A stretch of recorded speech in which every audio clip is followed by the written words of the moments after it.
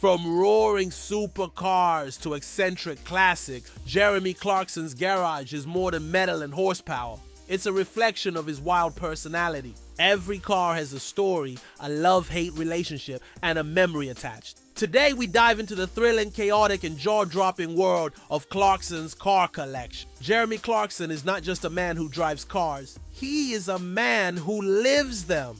To millions, he is the booming voice of Top Gear and the Grand Tour, the TV legend who turned automotive journalism into entertainment gold.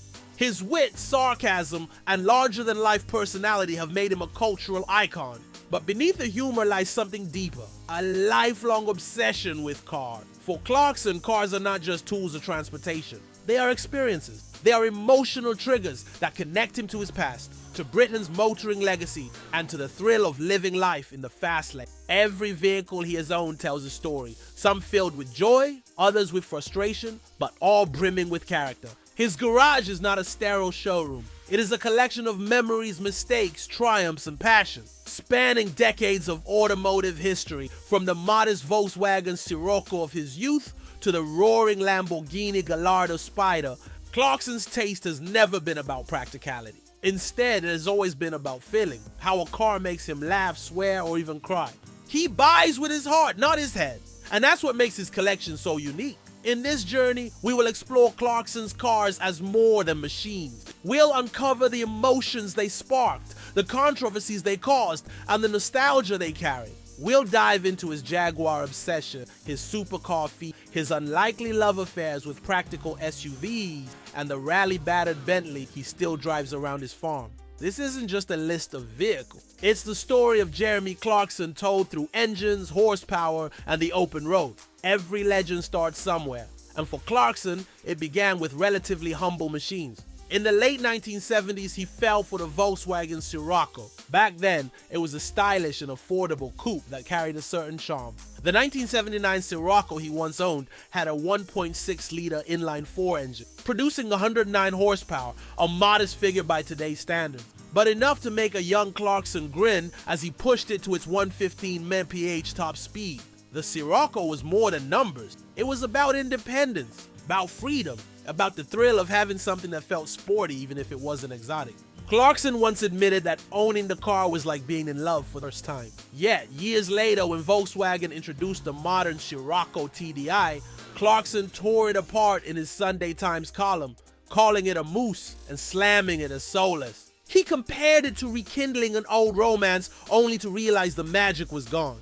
This was Clarkson in a nutshell, nostalgic, brutally honest, and never afraid to contradict him. Then came the Honda CRX, a Japanese gem from the late 80s. The CRX wasn't just another compact, it was a revolution. Light, nimble, and thrilling to drive, it captured the spirit of a new era. Clarkson's CRX had a 1.6-liter engine pumping out 158 horsepower, giving it a 0 to 60 mph time of just 6.9 seconds. For a small, efficient Japanese car, those numbers were staggering. It represented agility, fun, and precision, the kind of qualities Clarkson would later praise in certain sports cars. Looking back, these early cars revealed something essential about Clarkson's taste. He wanted personality. He didn't care if a car was perfect. In fact, he often preferred when it wasn't. He loved quirks, flaws, and imperfections that made a car feel alive. The Scirocco and CRX weren't luxury or supercars, but they gave Clarkson his first real taste of the wheel. And they laid the foundation for the man who would later drive some of the most powerful machines on Earth. If there is one brand that defines Jeremy Clarkson, it's Jaguar.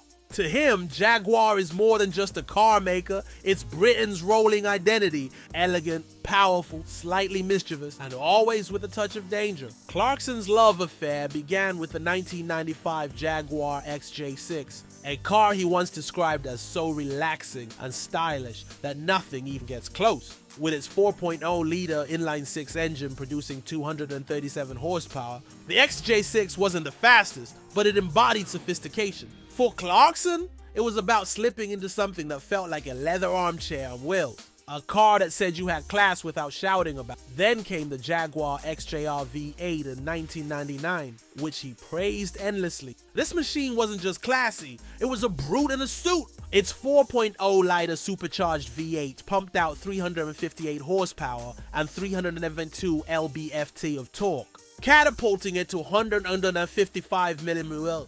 Clarkson loved it so much that he drove a 2000 model through snowy Colorado on the Grand Tour, laughing as the luxury sedan powered through conditions that would cripple most cars. But perhaps his most poetic description wrote in the Sunday Times that driving a Jaguar was like wearing an iron glove lined with velvet. That summed up the appeal, a balance of elegance and raw strength. Jaguar matched Clarkson's personality perfect, charming, British, and occasionally unpredictable. Over the years, he bought, sold, and wrote about Jaguars more than almost any other brand. To him, they weren't just cars, they were companions, each with their own quirks, but always ready to remind the world that Britain could build machines that stirred the soul. Not every car in Clarkson's garage brought joy. Some brought chaos, heartbreak, and regret. Yet, strangely, he loved them anyway. Take the 1986 Alfa Romeo G6. Clarkson once said it was both the best and worst car he ever owned. Why? Because it never worked. It broke down constantly, frustrated him endlessly, and left him stranded more times than he could count.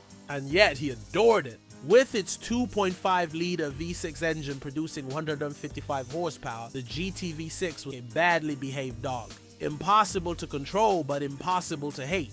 Clarkson described it as a car that made him smile even while it made him curse. Then there was the 1990 Toyota Land Cruiser Amazon. Known globally as one of the most reliable SUVs, Clarkson somehow managed to have the opposite experience. He complained that his Amazon was plagued with problems and even regretted not buying the extended warranty. He famously mocked it, saying that a vehicle designed to cross deserts should at least be able to handle the school run without exploding in a maelstrom of cogs and wire.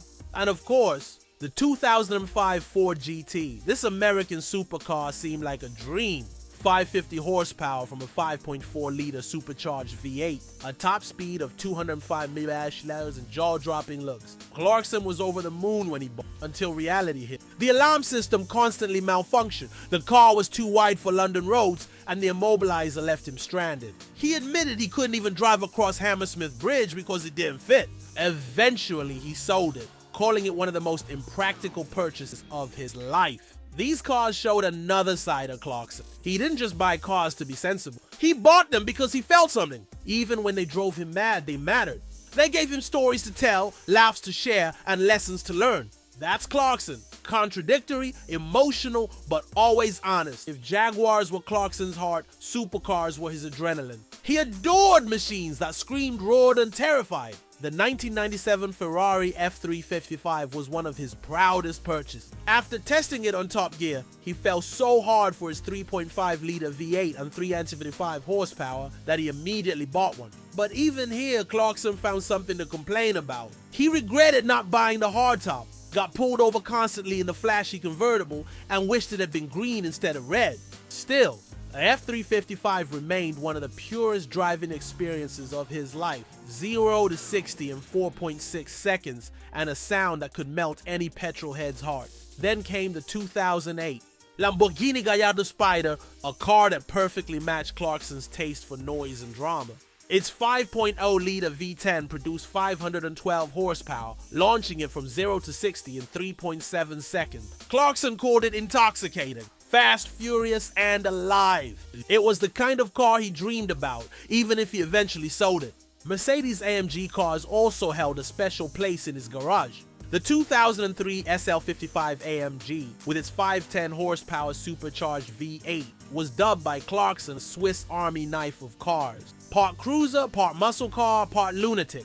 The 2007 CLK63 AMG Black Series pushed things even, delivering 500 horsepower and a raw track-focused feel. Clarkson was devastated when he sold it, even tweeting, "Sad day. I just sold my AMG Black." And then the 2004 BMW M3 CSL. To Clarkson, this wasn't just a car, it was freedom. He tested it on the Isle of Man, a place without speed limits, and described it as magnificent. Its 3.2-liter inline-six delivered 355 horsepower, but more importantly, it delivered pure driving ecstasy. For Clarkson, supercars weren't about practicality or even comfort. They were about passion. They were about the thrill of hearing an engine scream and knowing in that moment you were alive. Jeremy Clarkson is often associated with speed, noise, and drama. But peel back the layers of roaring V12s and tire smoke, and you'll find some surprising soft spots in his garage. Not every favorite of his was a fire-breathing supercar. Some were humble, practical, even family-friendly, and that makes them all the more interesting. Take the Volvo XC90. On paper, it was the polar opposite of Clarkson's usual taste. No exotic badge, no screaming exhaust, just a big, safe family SUV. Yet Clarkson not only drove one, he owned several, and openly admitted that it might be his favorite car of all time. Why? Because it gave him something no Ferrari ever could: peace of mind. The XC90 was reliable, spacious, and safe.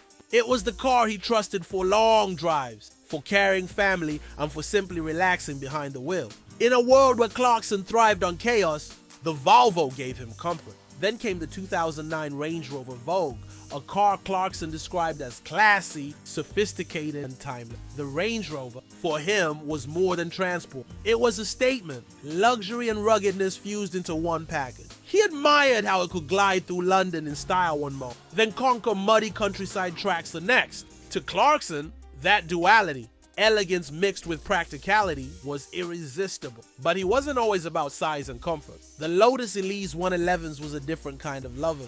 Lightweight, nimble, and playful, the Elise didn't overwhelm with horsepower. Instead, it delivered pure driving. Clarkson adored it for the way it connected man to man, making even a slow drive feel alive. It was cheeky, mischievous, and utterly addictive. And then there was the Mercedes-Benz 600 Grosser, an icon of old-school luxury. This wasn't a car built for practicality or fun. It was built for power and presence. Clarkson admired its eccentric hydraulics, its limousine proportions, and its unapologetic extravagance. It was the kind of machine that demanded respect, the kind of car you didn't just drive, you arrived in. For Clarkson, it was history and theater on wheels. These unlikely favorites reveal a softer side of Clarkson. They prove that he doesn't just chase horsepower and lap times. He also values comfort, charm, and character, even if it comes in unexpected shapes. In many ways, these cars remind us that Clarkson is not just a critic of speed, but lover of personality. And sometimes, personality matters more than power. Jeremy Clarkson's modern chapter is defined not by Top Gear, but by the Grand Tour. This era gave him more freedom, more madness, and more room to make cars part of his storytelling. And in this chapter, one car stands out above all others: the 2014 Bentley Continental GT rally car. Originally, this Bentley was never meant for dirt, dust, and chaos. It was a luxury Grand Tourer designed to glide down motorways in silence, wrapping its passengers in leather and wood. But on the Grand Tour, that wasn't enough. Clarkson and the team turned it into a monster. They gave it oversized tires, a roll cage, rally lights, and armor fit for a battlefield. The transformation was absurd, hilarious, totally against Bentley's refined image, and yet Clarkson adored it. This wasn't just a gimmick for the cameras. He loved the car so much he bought it, keeping it long after the show wrapped. Today, it still roars across his farm in Oxford, covered in mud, blasting across fields as though it were born for rally stages rather than red carpets. Underneath the chaos sits a powerhouse, a 500 horsepower twin-turbo V8.